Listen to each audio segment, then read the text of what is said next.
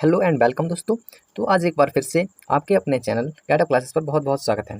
तो कैसी है हमारी फैमिली, तो बताइए जल्दी से कमेंट सेक्शन में लिख दीजिए कि कैसे हैं सभी लोग। तो देखिए, हम लोगों ने अभी तक एनसीईआरटी मैथ का एक्सरसाइज 1.2 कवर कर लिया है। अब उसके बाद हम लोग एक्सरसाइज 1.3 को कवर करेंगे। एक वीडियो में एक एक्सरसाइज खत्म करने का हमने जिम्मा उठाया है। तो हमारे साथ जुड़े रहिए और बहुत जल्द से जल्द हम आपका कोर्स इन सिलेबस कंप्लीट करा देंगे। तो ये देखिए, आपको कहीं भी जाएंगे तो वहाँ पर कंप्लीट सिलेबस नहीं मिलेगा, लेकिन मैं आपको फुल सिलेबस करा के दूंगा। ठीक है, आप हमारे साथ जुड़े रहिए, बस आप लोगों का सपोर्ट चाहिए, मैं आपको फुल सिलेबस कवर करा दूंगा।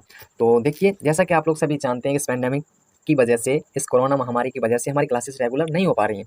तो इसीलिए हमने क्या किया कि हम ऑनलाइन आए। तो हम ऑनलाइन बच्चों को सभी फुल सिलेबस की तैयारी कराएंगे। जो भी बच्चे यूपी बोर्ड की तैयारी कर रहे हैं तो उनको अब कहीं भी भटकने की ज़रूरत नहीं है। वो बस एक स्मार्टफोन लें और घर बैठे तैयारी को आसान बना सकते हैं। तो हमारे साथ जुड़ जाइए। तो चलिए दोस्तों, और ज़्यादा से ज़्यादा शेयर ज़रूर करें ताकि जो आपके दोस्तों को नहीं मालूम है उनको भी ये इन्फॉर्मेशन मिल जाए। तो चलिए, हम लोग बिना वक्त को ज़ाया करते हुए हम लोग स्टार्ट करते हैं और क्वेश्चन बाई क्वेश्चन हम लोग एक्सरसाइज लगाते हैं। तो देखिए, क्वेश्चन हम पहला लगाएंगे एक्सरसाइज 1.3 का। तो यहाँ पर दिया गया है, सिद्ध कीजिए कि 5 एक अपरिमेय संख्या है। सिद्ध करने को कह रहा है कि √5 एक अपरिमेय संख्या है, इसे सिद्ध कीजिए। तो हम लोग सिद्ध कर देंगे। इसमें क्या है, देखिए बस थोड़ा सा लॉजिक है, इसमें एक प्रमेय लगती है 1.3 जो आपके एनसीईआरटी बुक में दी हुई है। देखिए ये प्रमेय क्या है, तो हम लोग पहले एक प्रमेय के बारे में थोड़ा जान लेते हैं। तो चलिए, मैं देखिए एक स्लाइड ले रहा हूँ। देखिए, चलिए मैं एक खाली स्लाइड लेता हूँ। चलिए,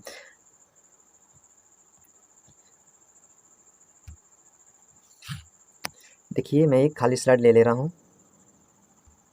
देखिए, अब मैं आपको प्रमेय के बारे में बताने जा रहा हूँ, तो आप लोग आसानी से समझना। देखिए प्रमेय क्या है, प्रमेय के बारे में जानते हैं। प्रमेय प्रमेय 1.3 यहाँ पर बहुत ही इंपॉर्टेंट है। इससे अगर समझ गए तो आपकी पूरी एक्सरसाइज समझ में आ जाएगी। तो चलिए हम लोग इस प्रमेय को पहले समझ लेते हैं। तो प्रमेय में है क्या, देखिए इसमें दिया गया, मान लीजिए p एक अभाज्य संख्या है। देखिए कोई एक संख्या है p, कोई p संख्या है, ये एक अभाज्य संख्या है, अभाज्य संख्या है। ठीक है, ऐसा मान लीजिए p एक अभाज्य संख्या है और यदि p a स्क्वायर को विभाजित करती है, यानी एक जो p संख्या है और ये p संख्या है, देखिए ये p है, वो a स्क्वायर को अगर विभाजित करती है, a स्क्वायर को विभाजित करती है, इसको विभाजित करती है, तो देखिए विभाजित करती है। तो अब क्या है प्रमेय में, अगर p एक अभाज्य संख्या है और p a स्क्वायर को विभाजित करती है तो p भी, देखिए तो कह रहा है कि तो p भी a को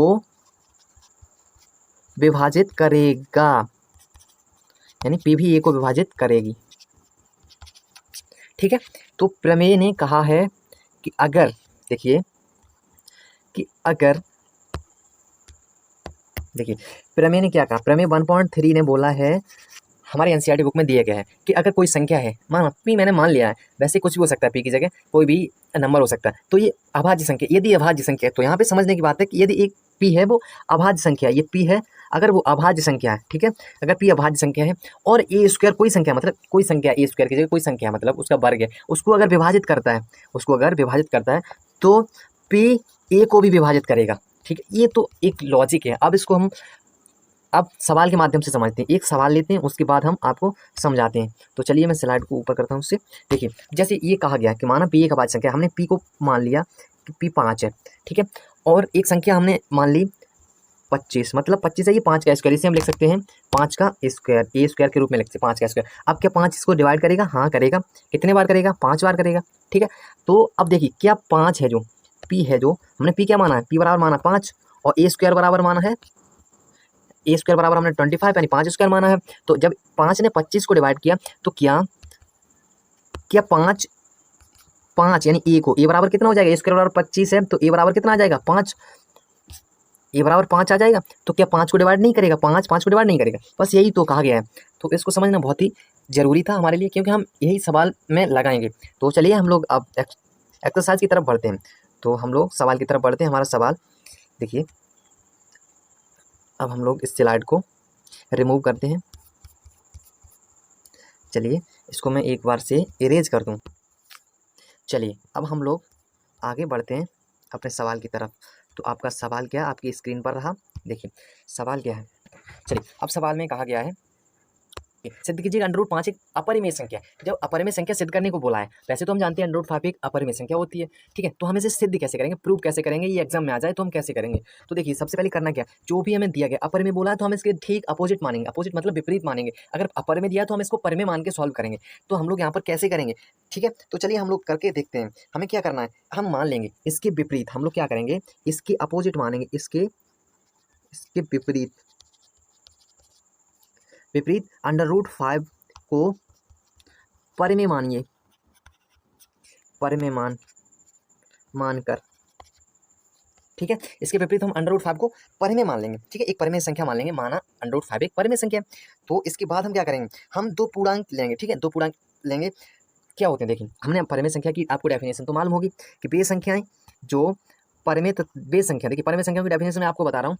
वे संख्या जो P/Q के रूप में लिखी जा सके तथा Q does not equal to 0 होना चाहिए। ये कंडीशन यदि फॉलो करता है तो हमारी वो संख्या परिमेय संख्या होती है, ठीक है। तो अब क्या करेंगे हम, देखिए P और Q दिया तो हम P/Q को मान लेंगे। तो अंडर रूट 5 बराबर हम क्या मानेंगे, देखिए अंडर रूट 5 बराबर हम मान लेंगे, अंडर रूट 5 बराबर देखिए हम मानेंगे अंडर रूट 5 बराबर P/Q, ठीक है। तो हमने ये मान लिया और यहाँ पर Q है डज नॉट इक्वल टू 0 है, तभी हमारी अंडर रूट 5 परिमेय संख्या होगी, ठीक है। अब हम क्या करेंगे कि इसके कोई, ये P/Q के रूप में तो लिख गई, अब इसके हमें कोई उभयनिष्ठ गुणनखंड और मालूम होंगे। हम क्या करेंगे, अंडर रूट 5 के और उभयनिष्ठ गुणनखंड देखेंगे। तो वो उभयनिष्ठ गुणनखंड हम A और B के रूप में लिखते हैं, ठीक है। तो उभयनिष्ठ गुणनखंड हम लोग क्या करते हैं, अंडर रूट 5 के बराबर हम क्या मानेंगे, अंडर रूट 5 के बराबर A/B मानते हैं, ठीक है। हम कोई उभयनिष्ठ गुणनखंड, ठीक है, हमें ये उभयनिष्ठ गुणनखंड मिल गए अंडर रूट 5 बराबर A/B। देखिए और जहां पर ये A और B दिए हुए हैं ये सह अभाज्य हैं, A और B सह अभाज्य हैं, सह अभाज्य,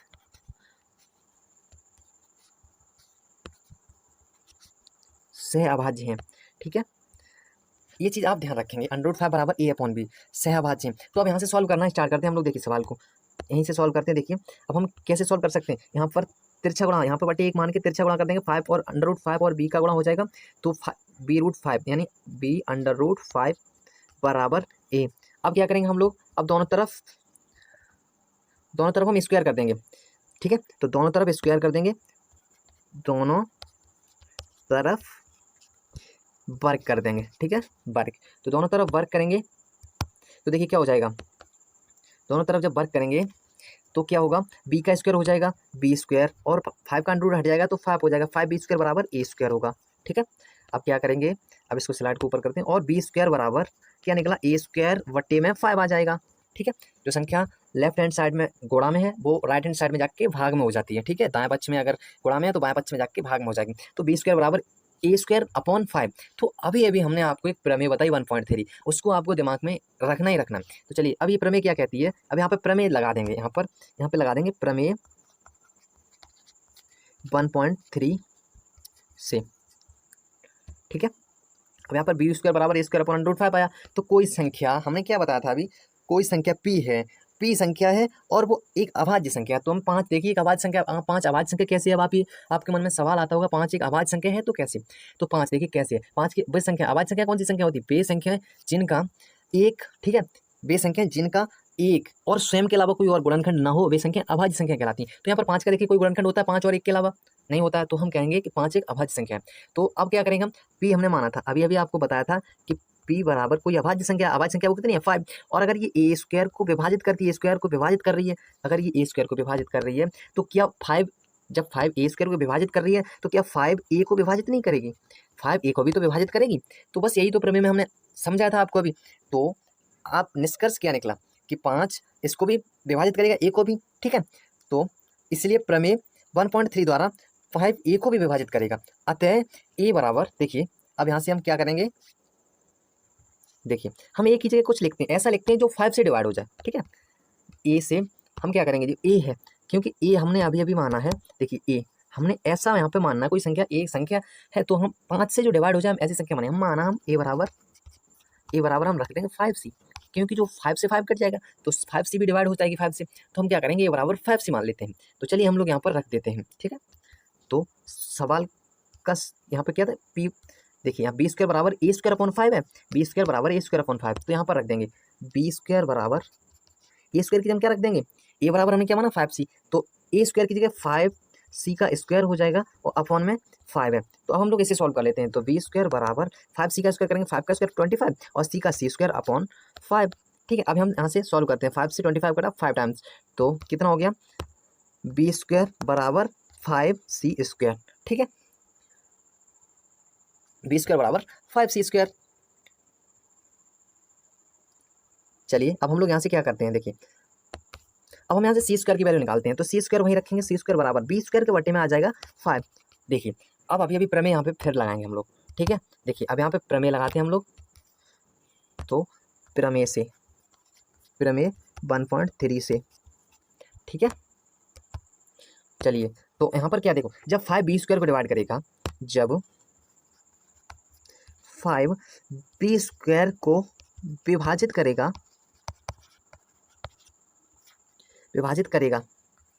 या करता है, तो 5 बी को भी डिवाइड करेगा, बी को भी विभाजित करेगा। ठीक है, ये बात आपको ध्यान रखनी है कि जब 5 बी स्क्वायर को विभाजित करता है तो 5 बी को भी विभाजित करेगा, तो यही प्रमेय में हमें बताया था। तो ठीक है, और अब हम क्या करेंगे, ये सब हमें देखिए, हमें क्या 5 जो दिया हुआ है, तो 5 ए और बी में कम से कम एक ओवेनिस्ट गुणनखंड है, ए और बी हमने जो अभी माना था। चलिए हम लोग स्लाइड को नीचे करके दिखाते हैं। देखिए ये माना था हमने, देखिए ये माना हमने, तो यहाँ पर देखिए ए और बी, ये ए बी माना, ए बी में हमें 5 जो मिला है वो एक कम से कम एक ओवेनिस्ट गुणनखंड मिला है, कम से कम एक ओवेनिस्ट गुणनखंड मिला है। तो देखिए हम लोग अब नीचे चलते हैं,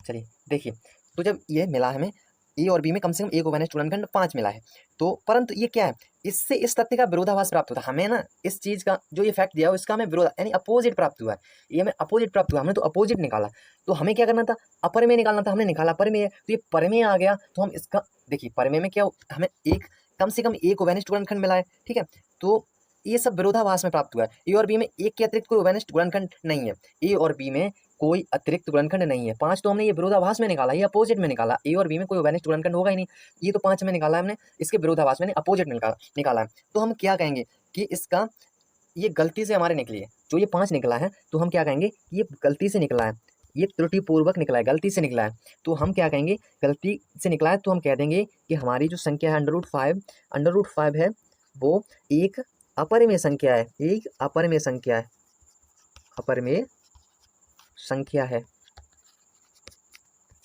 ठीक है, एक अपरिमेय संख्या है। चलिए तो आशा करता हूँ, काफ़ी लंबा सवाल है, लेकिन अगर एक बार आप समझ लेते हैं तो कभी भूलेंगे नहीं, एग्जाम में आ जाए तो आपको पूरे के पूरे नंबर मिलेंगे यदि आप ऐसा लिखते हैं तो। चलिए देखिए हम लोग एक बार देख लें, चलिए हम लोग अब अगले सवाल की तरफ बढ़ते हैं। देखिए अगला सवाल आपकी स्क्रीन पर है, तो दोस्तों आशा करता हूँ आपको समझ में आ गया होगा पहला सवाल। अब हम दूसरे सवाल को ऐसे ही एज इट इज करेंगे। इस एक्सरसाइज में 3 सवाल हैं, तीनों ऐसे ही सवाल हैं, आप आसानी से कर सकते हैं। यदि एक सवाल आप समझ गए तो बाकी के दोनों सवाल आप खुद से कर सकते हैं, और यदि आप मनोहर वाले गणित से आप पढ़ रहे हैं तो उसके भी सभी सवाल आपको आ जाएंगे। अगर वो नहीं आते हैं तो आप हमारे व्हाट्सअप मैसेज कर सकते हैं, तो वहाँ से हम आपको सॉल्यूशन भेज देंगे, तो आपकी तैयारी में बिल्कुल भी बाधा नहीं है। तो चलिए हम लोग करते हैं इस सवाल को।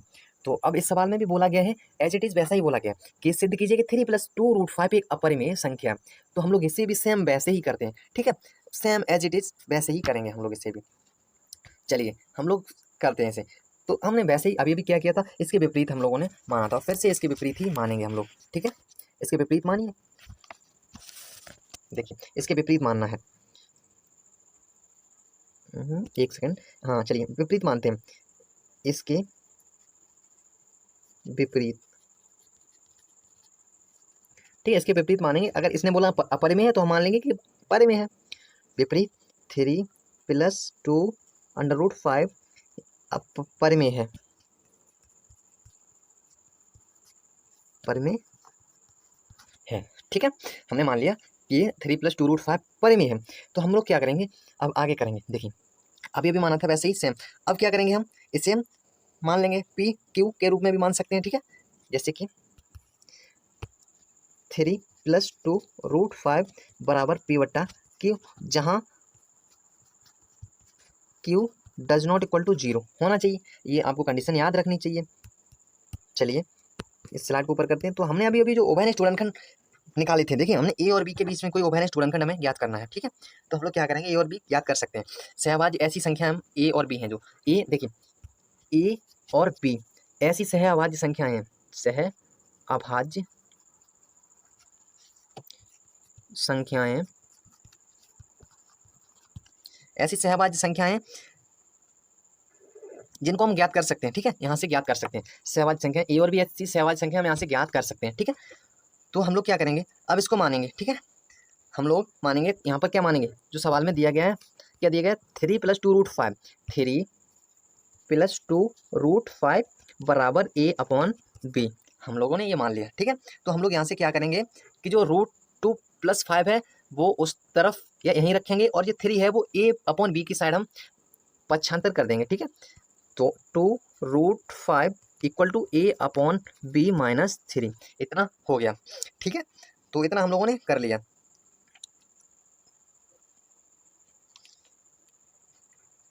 तो हम लोग इसे ऐसा लिख सकते हैं। तो देखिए यहाँ पर हमने क्या किया, जो ए और बी माने हैं वो पूर्णांक हैं, वो पूर्णांक है, कोई नंबर है, पूर्णांक, ठीक है, इंटीजर्स हैं। ए और बी पूर्णांक है, इसलिए जो हमें दिया हुआ है, देखिए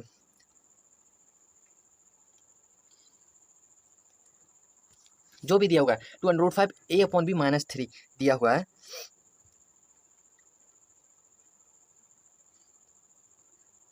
जो A/B माइनस 3 दिया हुआ है, जो ए और बी हमारे पूर्णांक है, तो जो A/B माइनस 3 है वो एक परिमेय संख्या है।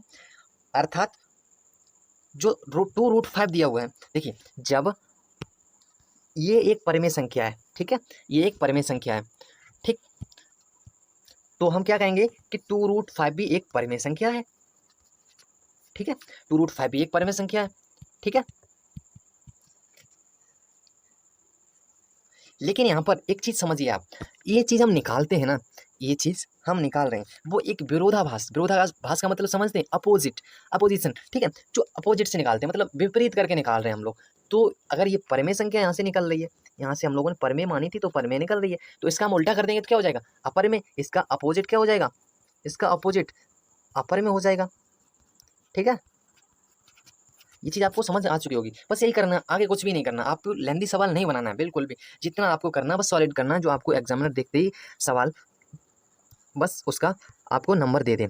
तो चलिए हम लोगों ने दूसरा सवाल भी कर लिया। अगर नहीं समझ आता है तो वीडियो को आप बैक करके देख लीजिए। अगर फिर भी समझ नहीं आता है तो आप हमारे व्हाट्सअप नंबर पे मैसेज करिए, आप वहाँ पर हम आपको डिटेल से समझा देंगे, आपको सॉल्यूशन दे देंगे। चलिए हम लोग अब नेक्स्ट क्वेश्चन की तरफ बढ़ते हैं। तो अब आपके सामने क्वेश्चन 3, और ये बड़ा क्वेश्चन है। मैं यहाँ पर केवल आपको एक कराऊंगा, बाकी के 2 आपको होमवर्क में दूंगा, वो आप लोग हमें कमेंट बॉक्स में उसके आंसर बताएंगे। चलिए हम लोग समझते हैं। सबसे पहले क्या दिया है, सिद्ध कीजिए कि निम्नलिखित संख्या अपरिमेय संख्या है। अभी हमने बताया था कि सिद्ध करने के लिए जो भी बताया बस सेम वैसा ही करना। सेम करना क्या आपको, देखिए पहली संख्या दी हुई 1/√2, इसको सिद्ध करना है कि ये एक अपरिमेय संख्या है, अपरिमेय संख्या है, ठीक है। तो हमें सिद्ध करना है, तो हम लोग क्या करेंगे, इसकी अपोजिट मान लेंगे। हमने माना, यहाँ पर मान लेंगे, माना 1/√2 एक परिमेय संख्या है, ठीक है। तो हमने इसको मान लिया, सेम वैसा ही करना। अब हम इसको क्या लिख सकते हैं, 1/√2 बराबर Q, जहाँ Q does not equal to 0, ठीक है। ये कंडीशन आपको याद रखनी है। तो अब इसे और कैसे हमने अभी तो अब 1/√2 में हम ए और बी ऐसी सहभाज्य संख्या ज्ञात कर सकते हैं। तो हम लोग क्या लिखेंगे कि 1/√2 बराबर A/B, ठीक है। यहाँ से हम लोग ये लिख लेंगे। तो हम लोग इसे सॉल्व करते हैं। देखिए यहाँ से हम लोग क्या करेंगे, तिरछा गुणा कर देंगे, तो B बराबर A/√2 हो जाएगा। तो यहाँ से हम लोग A का वैल्यू निकालेंगे, ठीक है, ए का वैल्यू निकालेंगे तो ए बराबर निकलेगा B/√2, या एक बार स्क्वायर करते हैं, यहाँ से एक बार स्क्वायर करते हैं। हम इसे व्यवस्थित रूप में लिखेंगे तो A/√2 बराबर B भी लिख सकते हैं इसको, ठीक है। तो हम लोग अब स्क्वायर कर देंगे, ठीक है। क्या करेंगे हम लोग, दोनों साइड दोनों तरफ वर्क कर देंगे, ठीक है, दोनों तरफ वर्क कर देंगे। चलिए वर्क करते हैं। जब हम वर्क करेंगे तो यहाँ पर हो जाएगा A² और टू का स्क्वायर अंडर रूट टू का करेंगे तो टू ए स्क्वायर हो जाएगा बराबर बी स्क्वायर हो जाएगा। ठीक है, अब हम लोग क्या करेंगे, इसको देखिए यहाँ से ए स्क्वायर की वैल्यू निकालेंगे तो ए स्क्वायर बराबर बी स्क्वायर अपॉन टू आ रहा है। अब प्रमेय यहाँ पर लगा देंगे हम लोग। देखिए यहाँ पर प्रमेय लगाएंगे, प्रमेय 1.3 से, प्रमेय 1.3 क्या कहती है, अभी हमने आपको बताया था कि यदि कोई पी है वो ए स्क्वायर या बी स्क्वायर को विभाजित करती है तो वो ए या बी को भी विभाजित करेगी। चलिए यहाँ पर यही तो दिया गया है, हम देखिए यहाँ पर दिया गया है ए स्क्वायर बराबर बी स्क्वायर अपॉन टू, तो प्रमेय यहाँ पर लगाएंगे तो जब टू ए स्क्वायर को यानी बी स्क्वायर को टू बी स्क्वायर को विभाजित करता है, बी स्क्वायर को विभाजित करता है, विभाजित करता है तो टू बी को भी तो विभाजित करेगा, बी को भी विभाजित करेगा। ठीक है, तो यहाँ से हमारी क्या हुई कि एक टू है वो मिला। ठीक है, अब हम लोग क्या करते हैं, आगे और बढ़ते हैं। देखिए अभी हमने बताया था आपको, सेम वैसा ही करना है। देखिए जब टू है वो बी स्क्वायर को विभाजित करता है तो टू बी को भी विभाजित करेगा, तो हम बी स्क्वायर की जगह क्या मानें कि टू से विभाजित हो जाए, बी स्क्वायर की जगह हम क्या माने, तो बी स्क्वायर की जगह हम मान लेंगे यानी बी की जगह हम मान लेंगे कि टू सी मान लेंगे। ठीक है, क्योंकि टू से टू डिवाइड हो जाएगा और सी आ जाएगा। चलिए हम लोग यहाँ पे माना बी बराबर टू सी, क्योंकि टू से डिवाइड होगी संख्या, अब ऐसी ही संख्या हमको माननी है, तो अब ये यहाँ पर रख देनी है। देखिए यहाँ पर ए स्क्वायर बराबर बी स्क्वायर अपॉन टू, देखिए यहाँ पर रख देनी है आपको, यहाँ पर इस समीकरण में रख देनी है, यहाँ पर रख देनी। ठीक है, तो चलिए हम लोग इसे रखते हैं, तो ए स्क्वायर बराबर बी स्क्वायर की जगह क्या रखेंगे, बी की जगह टू सी रखेंगे, टू सी का जब स्क्वायर कर देंगे बी स्क्वायर है ना, two C square upon two. ठीक, तो चलिए इसको हम लोग सॉल्व करते हैं, तो ए स्क्वायर बराबर टू सी का स्क्वायर करेंगे तो फोर सी स्क्वायर हो जाएगा, टू से टू फोर काटेंगे, टू टू जा फोर, तो ए स्क्वायर बराबर क्या निकला, ए स्क्वायर बराबर टू सी स्क्वायर। ठीक है, अब हम यहाँ से क्या निकालेंगे, देखिए यहाँ से हम लोग निकालेंगे सी स्क्वायर की वैल्यू, तो सी स्क्वायर बराबर ए स्क्वायर की बट्टी में आ जाएगा टू। अब यहाँ से फिर प्रमेय लगा देंगे, यहाँ पे फिर से प्रमेय लगा देंगे। चलिए पेन चेंज कर लूँ, देखिए यहाँ से प्रमेय 1.3 से, प्रमेय 1.3 से, प्रमेय 1.3 क्या है, चलिए भाई कि टू ए स्क्वायर को डिवाइड करेगा तो टू ए को भी डिवाइड करेगा, यदि टू ए स्क्वायर को विभाजित करेगा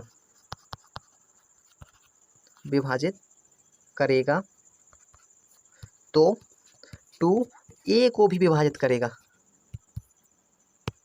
ए को भी विभाजित करेगा।